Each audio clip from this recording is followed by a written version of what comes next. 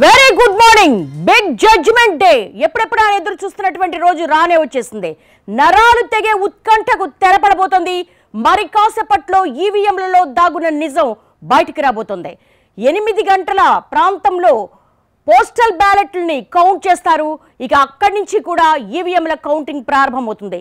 దేశవ్యాప్తంగా ఉత్కంఠ నెలకొన్నటువంటి ఈ సార్వత్రిక ఎన్నికల గురించి ప్రపంచవ్యాప్తంగా ఉన్నటువంటి దేశాధినేతలు కావచ్చు, ప్రపంచ మీడియా సంస్థలు కావచ్చు, చాలా క్యూరియాసిటీగా వెయిట్ చేస్తున్న సందర్భం. భారతదేశ వ్యాప్తంగా దాదాపు 96.88 కోట్ల మంది ఓటర్లు ఉన్నారు. మరెక్కడా కూడా ప్రపంచంలో ఈ స్థాయిలో ఓటు హక్కు వినియోగించుకున్నటువంటి ఓటర్లు లేరనే చెప్పొచ్చు. నిన్న మనం చూసాము, election commission of India CEO కూడా అతిపెద్ద ప్రజాస్వామ్య ప్రక్రియను మేము చాలా విజయవంతంగా ఫినిష్ చేశామని కూడా చెప్పడం జరిగింది. ఇక మరి కాసేపట్లో 7 గంటల ప్రాంతంలో ఇక్కడ ఉన్నటువంటి పోలింగ్ స్టేషన్ కావచ్చు, అలాగే కౌంటింగ్ స్టేషన్స్ కి ఈవీఎంస్ అన్ని కూడా చేరుకుంటాయి. అత్యంత భద్రత మధ్య 144 సెక్షన్ అమల్లో ఉంది. Striking force, rapid action forces, 42,000 మంది పోలీసులు సిద్ధంగా ఉన్నారు. ఎక్కడ ఎలాంటి అవాంఛనీయ సంఘటనలు జరగకుండా ప్రీ పోల్ సందర్భంగా కావచ్చు, పోస్ట్ పోల్ సందర్భంగా కావచ్చు, జరిగినటువంటి అల్లర్లు కావచ్చు, వీటన్నింటినీ కూడా బేస్ చేసుకొని అదనపు బలగాలను కూడా మోహరించిన సందర్భం కనబడుతుంది. ప్రస్తుతం మనం చూస్తున్నాము, మహారాష్ట్ర వ్యాప్తంగా చూసుకుంటే లోక్సభ స్థానాలు 289 లెక్కింపు కేంద్రాలకు చేరుకున్న ఈవీఎంలని కూడా, అలాగే తమిళనాడులో 39 లోక్సభ స్థానాలు ఉన్నాయి, అలాగే 39 లెక్కింపు కేంద్రాలను ఏర్పాటు చేశారు. ఇక మధ్యప్రదేశ్ విషయానికి వస్తే 29 లోక్సభ స్థానాలు ఉన్నాయి, 52 లెక్కింపు కేంద్రాలను ఏర్పాటు చేశారు. ఇక కర్ణాటక విషయానికి వస్తే 28 లోక్సభ స్థానాలకు గాను 29 లెక్కింపు కేంద్రాలను ఏర్పాటు చేశారు. గుజరాత్ విషయానికి వస్తే 25 లోక్సభ స్థానాలు ఉన్నాయి, 26 లెక్కింపు కేంద్రాలను ఏర్పాటు చేశారు. ఇక కేరళ విషయానికి వస్తే 20 లోక్సభ స్థానాలు ఉన్నాయి, 20 లెక్కింపు కేంద్రాలను ఏర్పాటు చేశారు.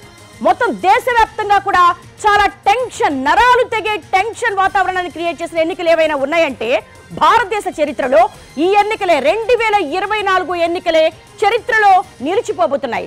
మొత్తం దేశవ్యాప్తంగా 542 లోక్సభ స్థానాలకు జరిగినటువంటి ఈ ఎన్నికల్లో ఆంధ్రప్రదేశ్ అలాగే ఒడిశా, ఆంధ్రప్రదేశ్లో చూసుకుంటే 175 అసెంబ్లీ స్థానాలు, 25 ఎంపీ స్థానాలకు, అలాగే తెలంగాణలో 17 లోక్సభ స్థానాలకు జరిగినటువంటి హోరాహోరీ పోరులో విజేతలెవరు, పరాజితులెవరు అన్నది minute to minute update NTV అందరికంటే ముందు, అందరికంటే వేగంగా అందించబోతోంది.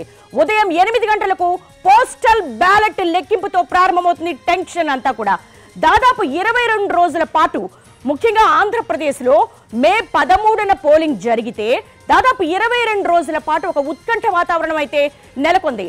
ఎగ్జిట్ పోల్స్ కొంతవరకు క్లారిటీ ఇచ్చాయా అనే ఒక సంశయం అయితే నెలకొంది. ఎందుకంటే ఎగ్జిట్ పోల్స్ కి ఎగ్జాక్ట్ పోల్స్ కి మధ్య చాలా డిఫరెన్స్ కనపడుతుంది. ఎగ్జిట్ పోల్స్ ని బేస్ చేసుకుంటే చాలా కన్ఫ్యూజన్ నెలకొంది. దేశవ్యాప్తంగా చూసుకున్నా కూడా, ఇటు ఆంధ్రప్రదేశ్ వ్యాప్తంగా చూసుకున్నా కూడా, ఇటు రాజకీయ నాయకులు కావచ్చు, కార్యకర్తలు కావచ్చు, శ్రేణులు కావచ్చు, ప్రజలు కావచ్చు, అందరిలో బెట్టింగ్ రాయులు, వీళ్ళందరికీ కూడా ఒక టెన్షన్ వాతావరణం అయితే కనపడుతోంది. బిగ్ జడ్జిమెంట్ డేగా భారతదేశ చరిత్రలో నిలిచిపోబోతున్నాయి ఈ ఎలక్షన్ 2024. ప్రస్తుతం బ్రేకింగ్ న్యూస్ చూస్తున్నాం మనం. తమిళనాడు వ్యాప్తంగా 39 లోక్సభ స్థానాలుంటే 39 లెక్కింపు కేంద్రాలను ఏర్పాటు చేశారు. అట్ ద సేమ్ టైం మధ్యప్రదేశ్లో 29 లోక్సభ స్థానాలుంటే 52 లెక్కింపు కేంద్రాలను ఏర్పాటు చేశారు.